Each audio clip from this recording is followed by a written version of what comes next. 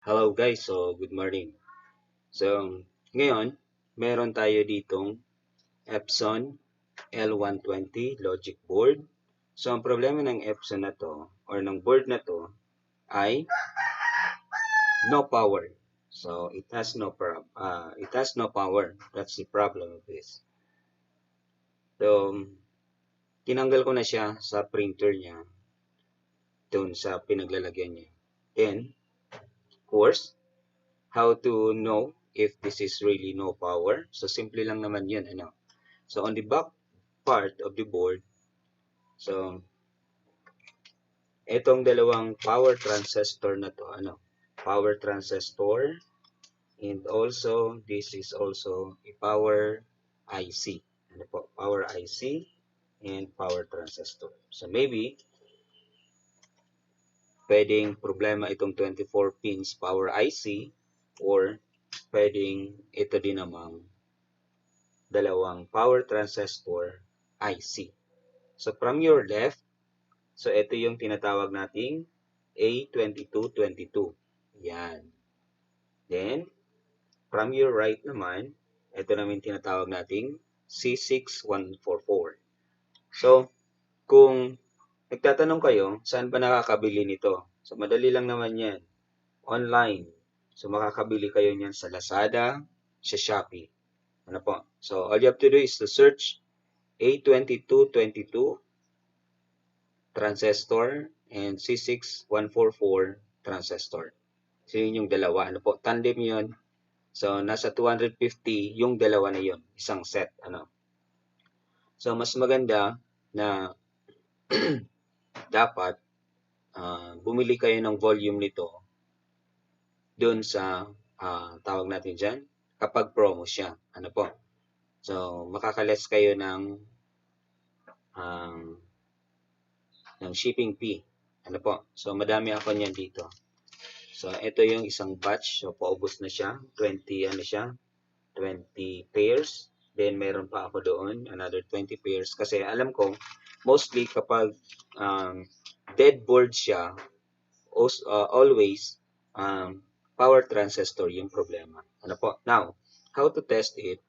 So, under our multimeter, ito yung multimeter natin, Sunshine DT 890N. So, siset mo siya sa continuity. Yan, naka-continuity mode siya. Ano po? Yan yung indication ng continuity mode siya. Ano po? Now, from that, kapag tumunog, ibig sabihin nun, short na siya. Ano po? Short. Kapag tumunog. Test natin. Okay, that's the sound. So, kahit baliktarin mo yan, tutunog yan. Now, another one sa C6144. So, yun.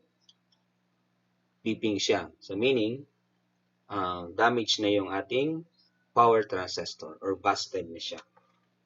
Simple lang naman yung pagtanggal nito. Ano po? So, ganito lang. Iangat nyo lang din. Para hindi masira yung board. Ito yung best way para sa akin. This is my best way how to remove the power transistor. Then, kuha tayo ng flux. Lagay natin dito. Okay. Pwede naman kayong gumamit dito ng pump. Ano po? Pwede din namang hindi. Depende naman yun sa inyo kung paano nyo or ano yung kapamaraanan nyo. Ano?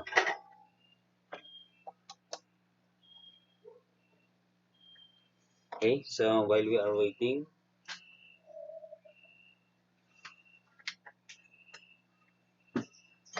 so hindi ko pala na ilagay yung ating iron. Ano po? So, antayin lang natin. So, let me explain it to you while we are waiting for the iron to get hot. So, simple lang naman yun. Ano po? So, meaning, matitest natin kung may problema din ba itong ating power IC upon replacing the two power transistor. Ano po? Kapag na-replace na natin siya, that's the time na matitest natin to kung functional pa ba to o hindi. So mostly kasi kapag namamatay yung board, yun yung two commons or three common problems na na-encounter natin. Po, dalawang power transistor at the same time dito sa ating um, power IC. Okay. So kapag EPSON L120 kasi, yung tatlong yun mostly ang nasisira. So I don't know. So wala pa akong inayos na dead board na hindi ako nagpalit ng tatlong components na yon. But then, in other board, so for example, sa L360, L210, L220, L3110, so mostly, power transistor lang yung namamatay. Ano po? Then yung power IC niya, bibihirang mamatay. Ano po? So ano yung nagiging cause nun? Siyempre, kapag damage na yung printhead, kahit sa tingin mo malinis pa siya, maganda pa yung output niya, kapag mo siya, nilagyan mo siya ng tissue sa ilalim, then tiningnan mo yung output, then kumpleto yung kulay, then kinonect mo siya sa printer, then after that, namatay yung printer, then namatay yung board, ito. So, yun. Common problem yun. So, there is no way na maayos pa yung printhead. Replace na talaga yun para sa akin. Ano? I don't know in your case. So, ganun ba rin, dinidiscover kung paano ko ba ayusin yung mga printhead. Ang dami ko na kasi dito ng stock. Ano po? So, and then, napakamahal na ngayon ng mga printhead. Ano? Yung printhead natin ngayon, nasa 2.5 na yon. Then, the customer cannot afford. So, sabi nila, it's better to buy a new one compared to buy a new printhead. I don't know what's the logic on that. I don't know. Maybe I don't think so. Maybe they're just, you know, getting any sympathy or anything. I don't know. So maybe something like that. Okay, so let's try to remove this. So remove natin yung mga pins na yon.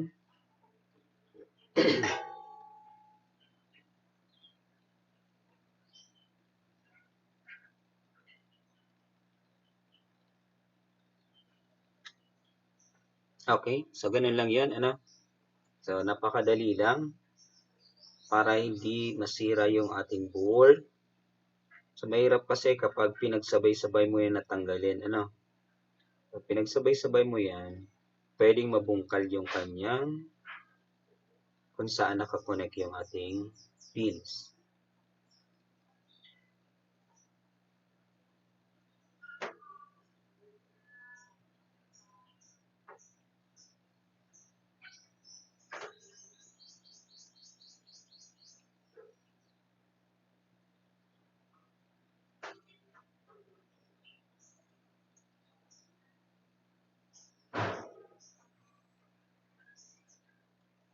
So, ayaw niyang pa ibabaw, gusto niya pa ilalim.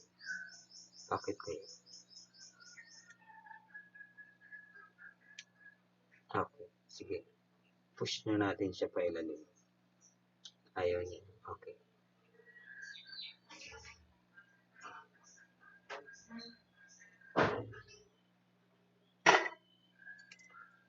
Flux.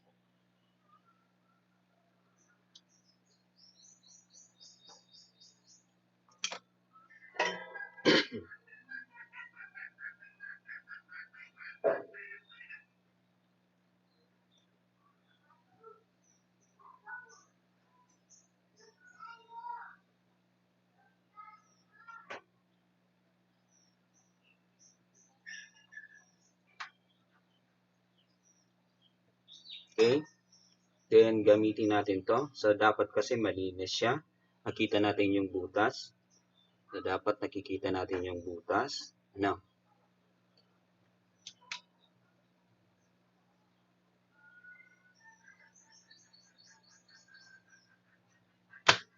So, yan. Yan. Kita na natin yung butas, di ba?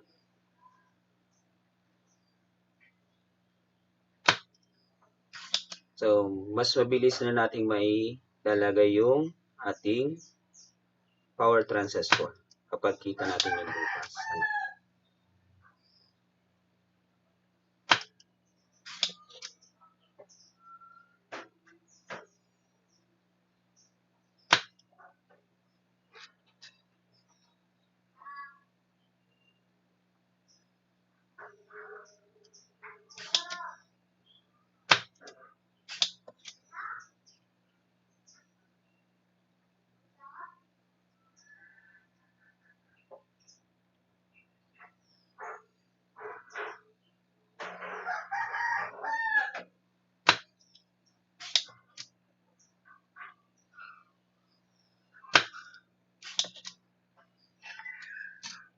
Okay.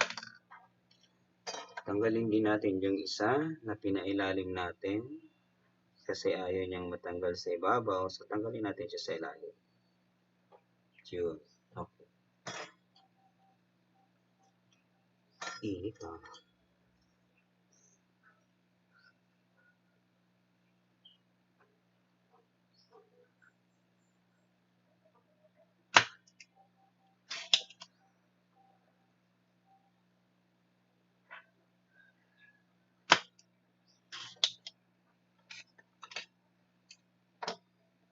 Okay, so dahil sa ayaw niyang matanggal, so lagyan natin siya ng lid. Okay.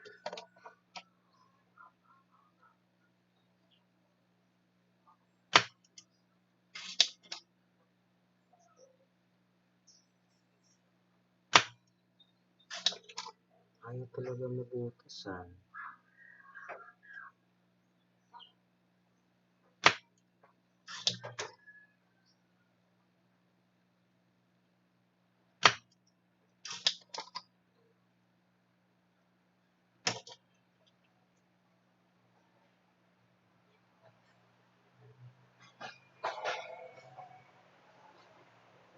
Okay.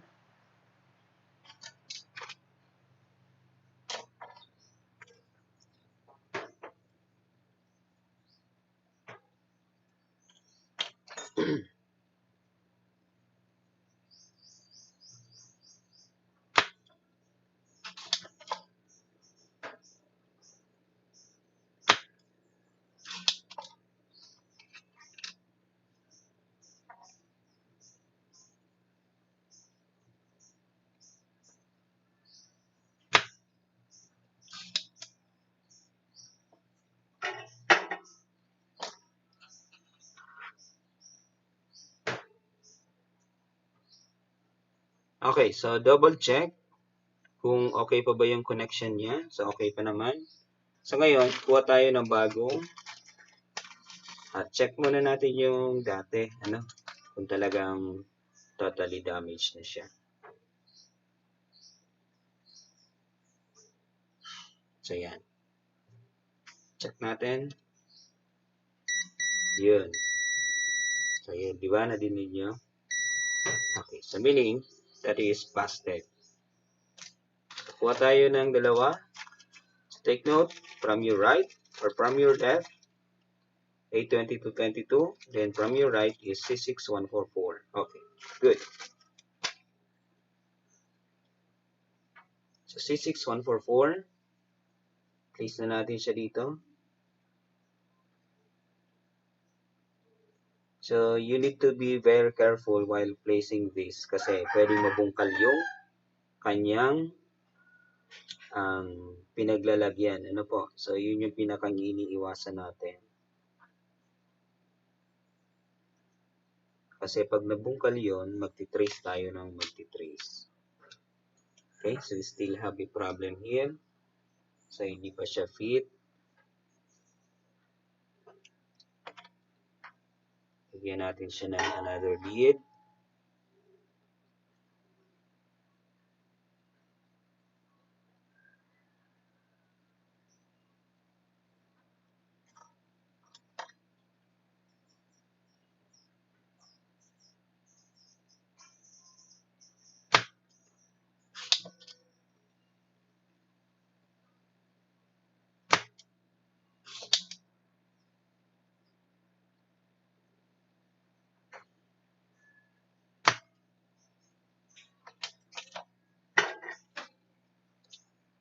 A2222.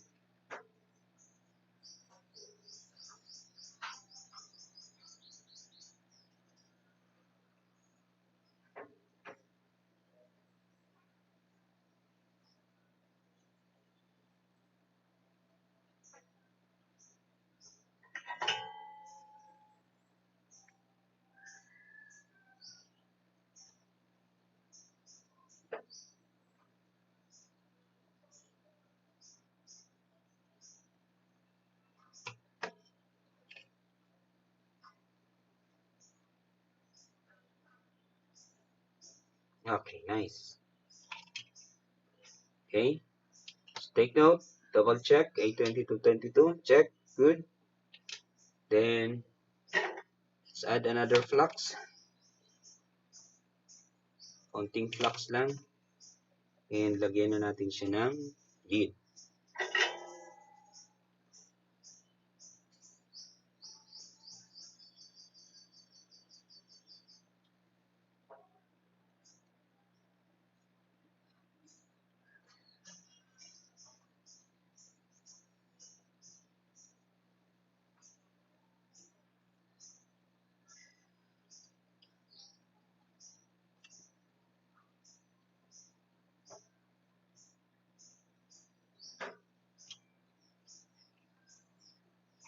Double check natin sa microscope.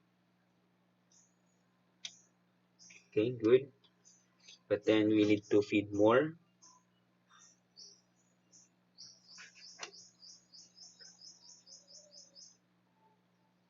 We need to feed more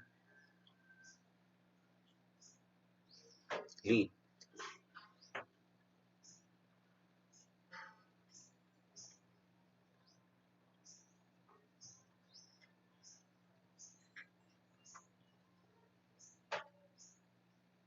Nice.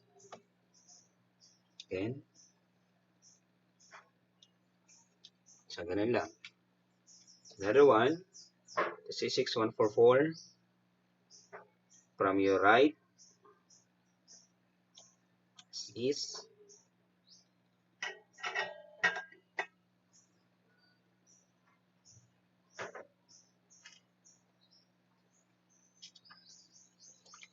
add flux.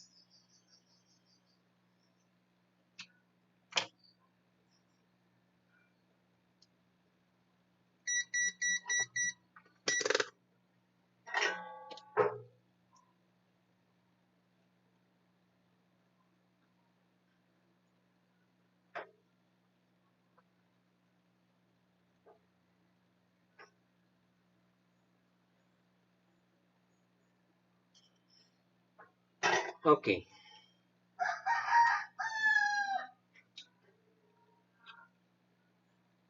Okay, good.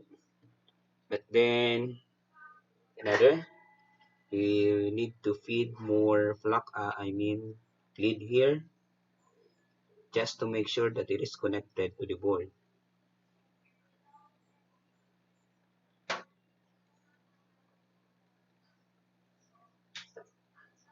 Okay, good.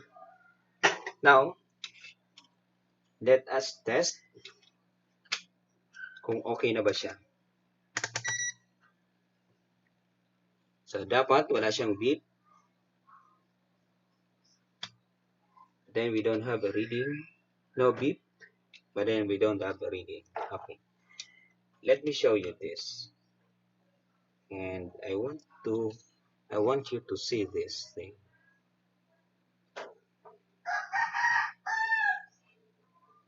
Okay. Just put it here. Okay.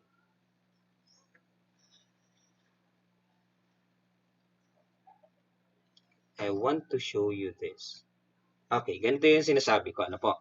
So, from this, nalagyan na natin siya ng power transistor, yung dalawa, napalitan na natin. Then, the power transistor is good because it has no beep. Then, I do not really, rely on the reading based on this. But then, this time, so we need to rely on the reading. Ano po? Just for us to know if the power IC, itong 24 pins na to, kung sira na siya or hindi. Ngayon, paano ba yon? Simple lang yon. Ito yung most common fault ng ibang nag-aayos. Ano po? After replacing the power transistor, so they did not come into checking. Ano po? So they did not come into checking. So you need to check first if there is a connection. If there is, or if the power transistor is really connected to 24 pins. Because power transistor, the two power transistor is with relation into the board because it's powering on the board. Then, after that, the power IC is the one who distributed the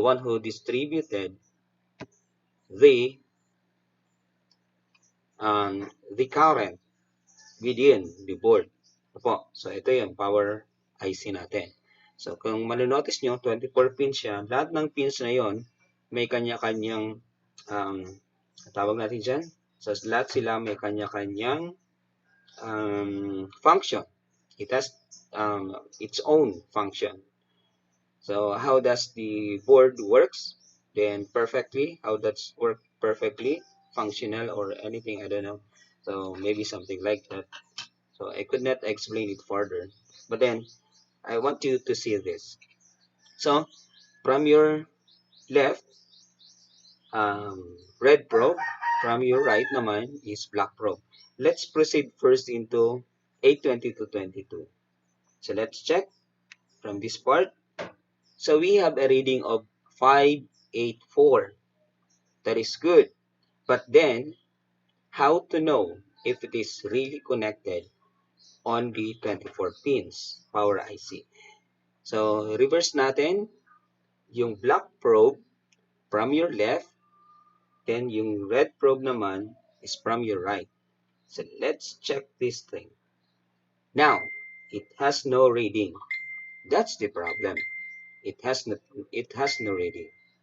So, meaning, it is not only as there is a possibility that the power IC is damaged because, it is 100% damaged.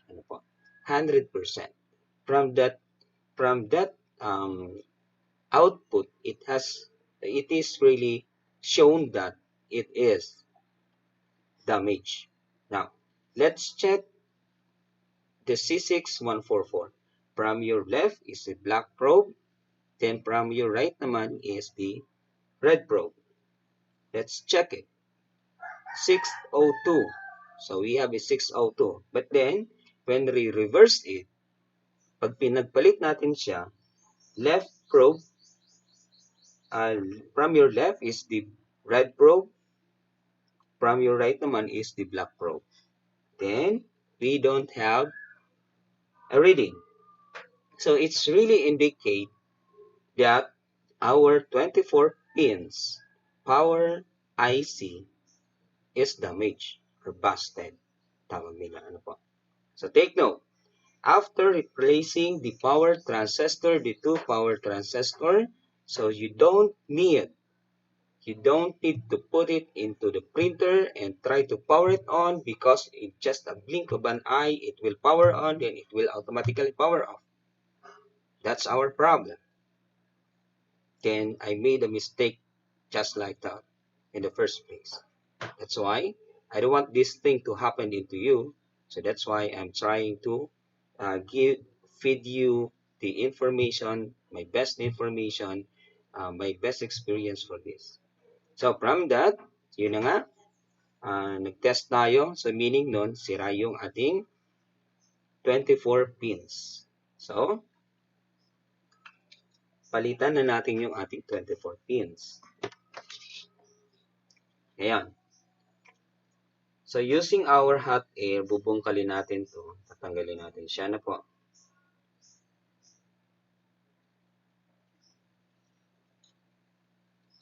Okay. So set nyo yung hot air nyo sa 4.5 yung air, then 5.5 naman yung heat para at least mas mabilis siyang matanggal. So mayroon akong video nito kung paano ba gamitin yung ating soldering iron sa pagtanggal nito. So, ganun lang naman yan. Ano po, kung wala kayong hot air. So, kanya-kanyang diskarte lang yan. Ano po. kung paano niya tatanggalin. So, ang iniingatan kasi natin dito, yung connection niya. Connection from the board. Ano po? So, yun yung dapat nating ingatan. Kasi, kapag nabungkal yun, naputol yung ating connection from the board, so it would create us a big problem. It will give us another problem. So that's why I really advise you to be very careful while doing this thing.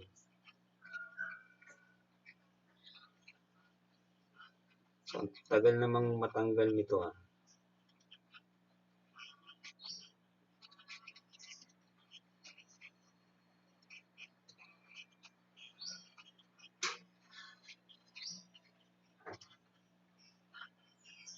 Yun.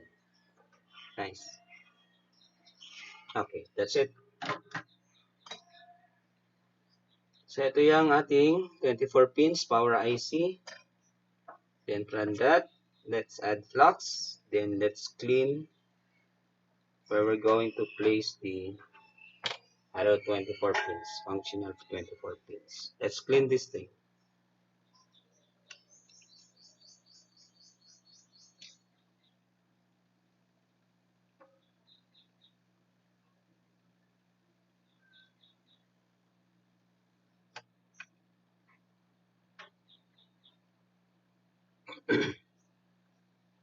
So, kailangan nyo muna kasing ayusin yung ating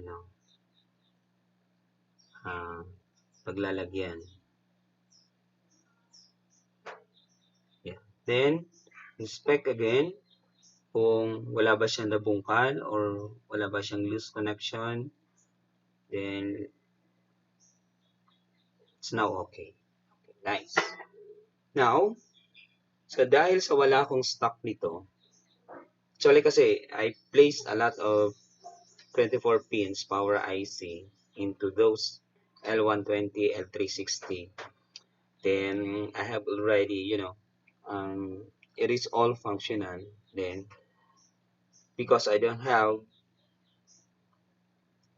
a supply today because it's too expensive. So yung pinakamura nito is nasa 300 plus. Then yung pinakang mahal naman is 500 plus. So I tried to buy a 300 plus price, but then I found big problem.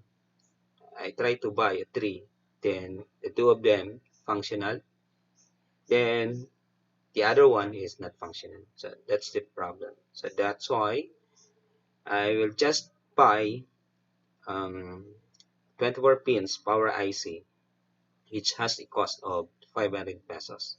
So, kasi tested ko na yan. So, si supplier tested ko na yan. So, nag-try lang ako sa iba. Ganun lang yan.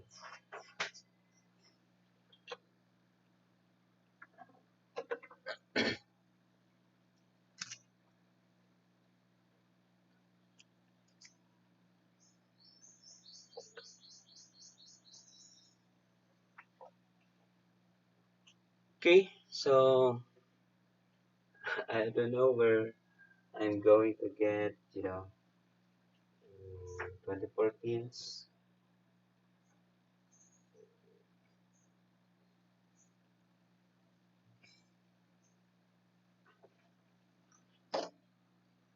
So let me check this thing. Let me check this thing.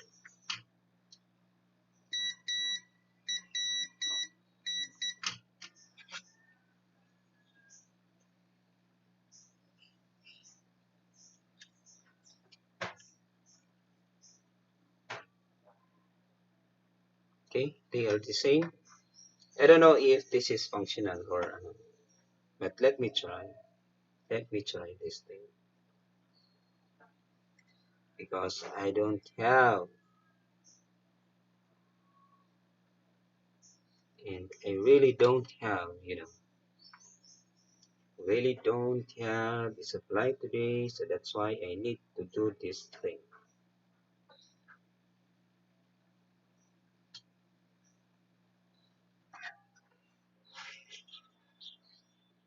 Maybe this will work.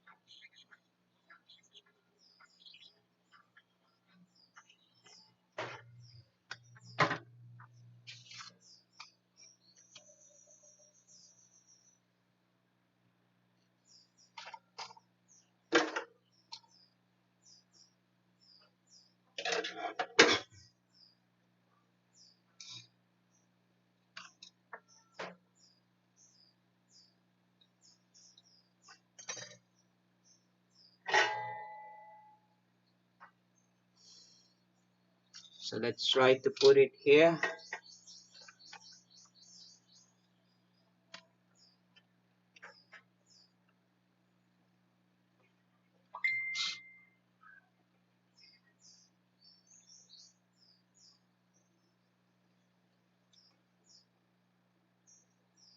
So hopefully this 24 pins is good because I didn't have a supply today.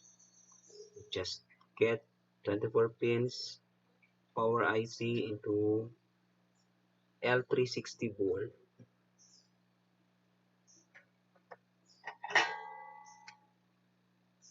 So you can use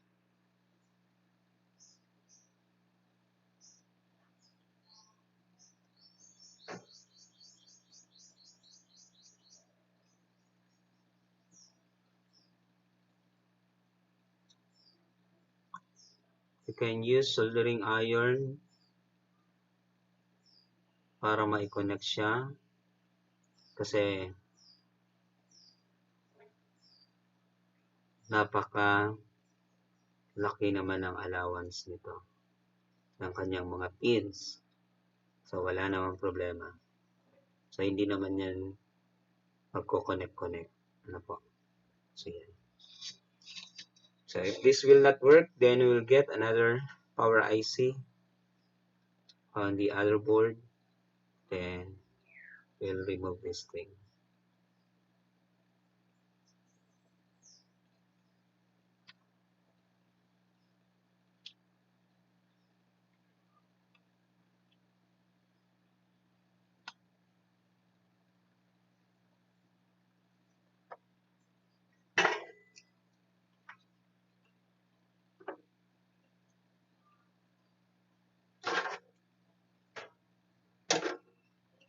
Okay.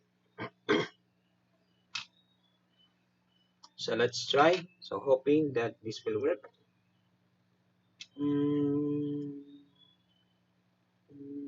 Nothing. So we don't have a reading, it's almost damaged, still damage, and sorry for that.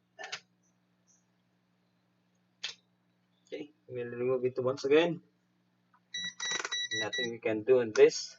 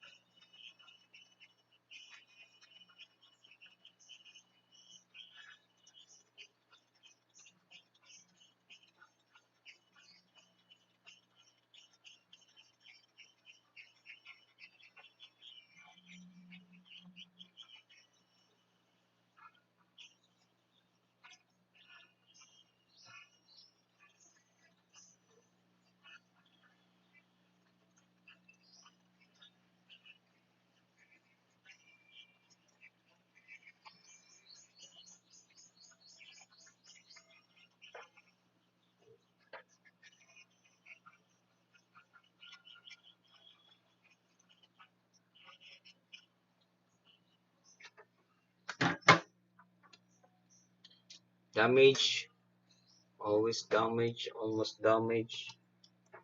That's the problem. It's almost damage. Wow, it's hot. It's hot.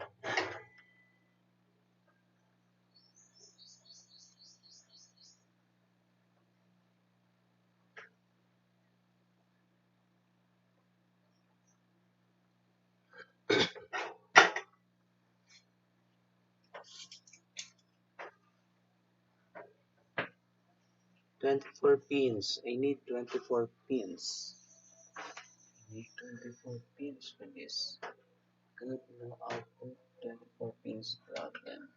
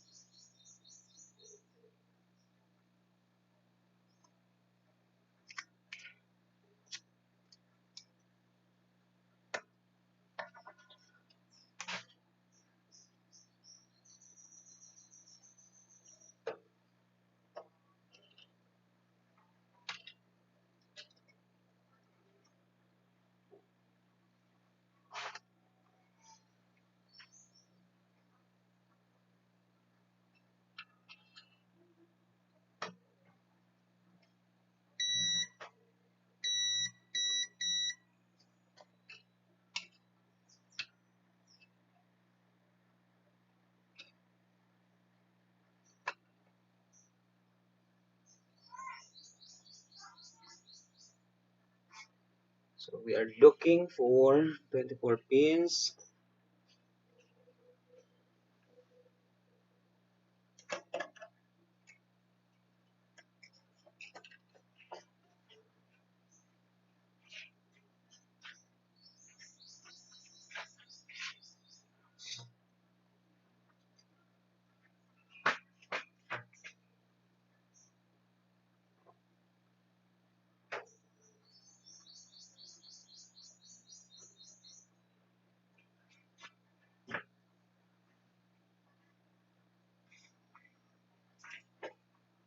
Okay, so nothing, nothing, nothing, nothing. So I have here another board, but then this is really functional. So I have replaced the 24 pins, then I have replaced the power transistor. Same problem. That is the common problem. So after replacing this, so it has now a reading. So take note, that is the problem. So I will just buy online 24 pins because I don't have it stock. Then I cannot, So hindi ko naman pwedeng kunin yung 24 pins galing dito para ilagay lang dito. So because I know that this is functional. So why do I need to do that? So in this case, so we have a problem on the 24 pins. So that's why so we cannot fix it. We can fix it. So that's why I want to show you another board. So the thing that I have done for this. So maybe this could help you also.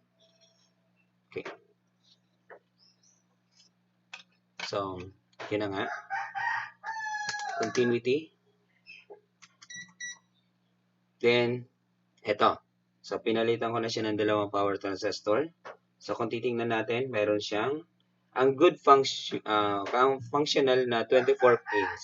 So, ibig sabihin, kapag hindi pa siya busted, so dapat may reading siya ng 1,136 or 1.136 kung yung red probe natin ay nasa left, then black probe naman natin is nasa right. Pag binaliktad natin siya, under C6144, so mangyayari niyan, meron siyang reading na 612.612. Okay? So, ganun din, dito sa ating ganun din sa ating K2 2022. So, meron tayong 1,382. Kung yung black probe natin nasa left, then yung red probe naman natin is nasa right. Then, kapag binaliktad din naman natin siya, so, meron siyang 591. 591 na reading. So, yan, 591 na reading. So, yun yung sinasabi ko sa inyo kanina. Ano po? Yun yung sinasabi ko sa inyo kanina na sira yung 24 pins natin. Okay? So, although we did not fix this board, so, nangyari naman, so, in-explain ko pa din sa inyo. So, ganun lang yan. Ano po? So, yun yung good board, then bad board. But bad board. Okay, so, try nga natin i-check na wala siyang 24 pins. Ano? So, try nga natin kung mayroon ba siyang reading. So, mayroon siyang reading. Of course, because the power transistor is functional. So, 647. So, kapag wala siyang power IC, kapag binaliktad natin siya, so, no reading siya. Ano? So, yun lang yung indication. Ano po? So, 650, then, baliktarin natin, then, no reading na siya. I don't know if my way of, tracing the problem is your way, or, I do not really focus on how much reading do I have into the power transistor. Kasi actually, I don't have any basic knowledge or course into this repair, into this profession. So I'm not really professional into this. So nangyari lang na nag-try lang ako, then yun, talagang hinanap ko yung problema. That's why I came into this. This is my way how I used to repair a board of an EPSON printer. Then I don't know your way, but then for me, this is my best way. Because no one teach me about this thing, just only me. I discovered this in my own. So that's why, um, I want to share this knowledge to you. So that's why, ganun lang yung ginagawa ko. Ano po? Although, I think in your part, my way of thinking, my way of repairing a board, I think in your part that is very confidential. I know that is really that is not good, or I don't know. But then that is my way. That is my way. So it's up to you kung ano yung way niyo. But then if you are a new, then you don't have a knowledge, basic knowledge when it comes to electronics, then sundan niyo yung ginagawa ko. So ganun lang yun. Then along the way, kailangan niyo lang manood ng manood kay YouTube. Lahat ng tutorial nandyan yan. And diyan kayo matututo.